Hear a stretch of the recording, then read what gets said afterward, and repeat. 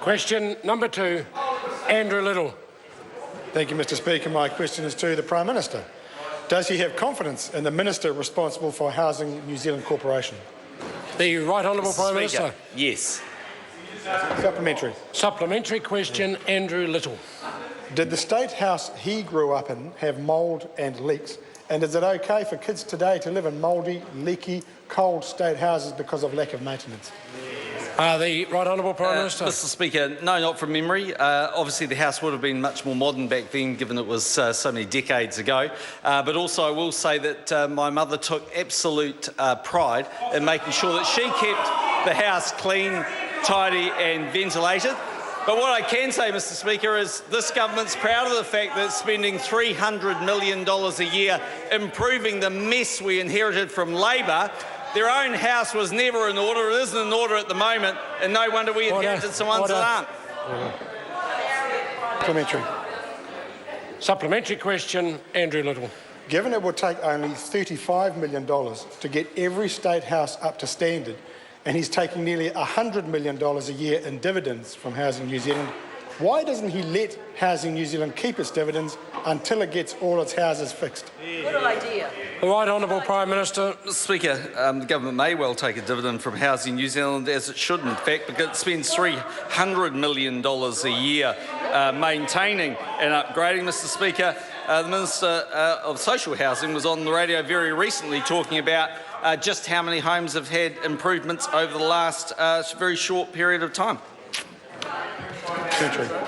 Supplementary question, Andrew Little.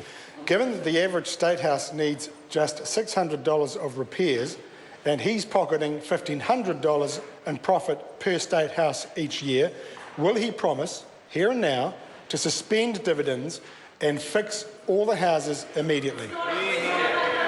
The Right Honourable Prime Minister. Mr Speaker, the advice I have is that the average spend on repairs of a home is $10,000 actually. In some cases it's $20,000. The government spends $300 million a year. But indeed, all that demonstrates is the Leader of the Opposition isn't very good with numbers, but maybe Jacinda Ardern is better with numbers these days. That will not help the order of the House. Supplementary question, Andrew Little. How many more kids in state houses in New Zealand have to wind up in hospital seriously ill before he takes their issues seriously and makes sure that they have the same right that he had to a safe, warm, dry state house? The Right Honourable Prime Minister. Mr Speaker, it would be easier to take the members seriously if in government that's what Labor did, was actually maintain the houses. But in fact, not only did they not do that, they let them run down. Mr Speaker, here are the facts. We've insulated 280,000 old, cold, damp homes through Walmart in New Zealand that were never insulated under a Labor government, Mr Speaker, of which 48,000 were state houses, and they could be. We spent $30 million, Mr Speaker, providing heating in about 10,000 properties. In 17,000 homes since February 2013, we've installed thermal curtains. Mr Speaker, it is a joke for the Labor Party to come here and talk about this. They ran the housing stock down. They should hang their heads in shame. That's what they should do. Mr Speaker. Point of order, Mr Speaker. Point of order, Andrew Little. I seek leave to table a document prepared by the Parliamentary Library showing that Labor took, over its time in government, $281 million in dividends and spent $758 million in capital contributions, compared to this government's $636 million in dividends and $132 million in capital. Order. The document's been well and truly described. I will put the leave us sought to table that particular document prepared by Parliamentary Library. Is there any objection to it being tabled? There is objection. Order. Supplementary. Supplementary question, Andrew Little.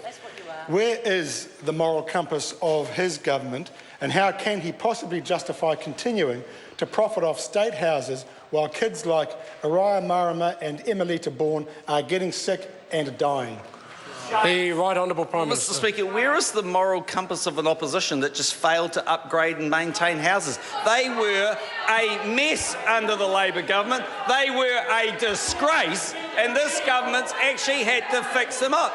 It's the same old story all the time with Labor, hopeless in government, roaring like lions in opposition.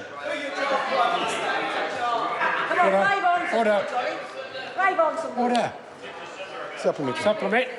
Supplementary question, Andrew Little. How can a man who grew up in a state house be okay with making a profit off our poorest families while they live in conditions that are killing their kids and making them seriously ill?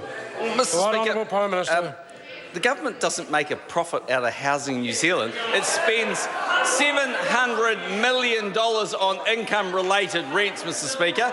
It spends $300 million maintaining.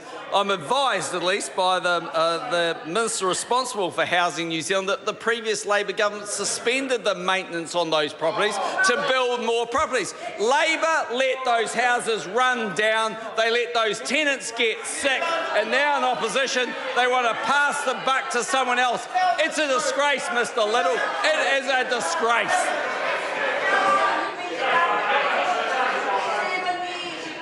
Order. Order. Order. Order. Order. Question number 3.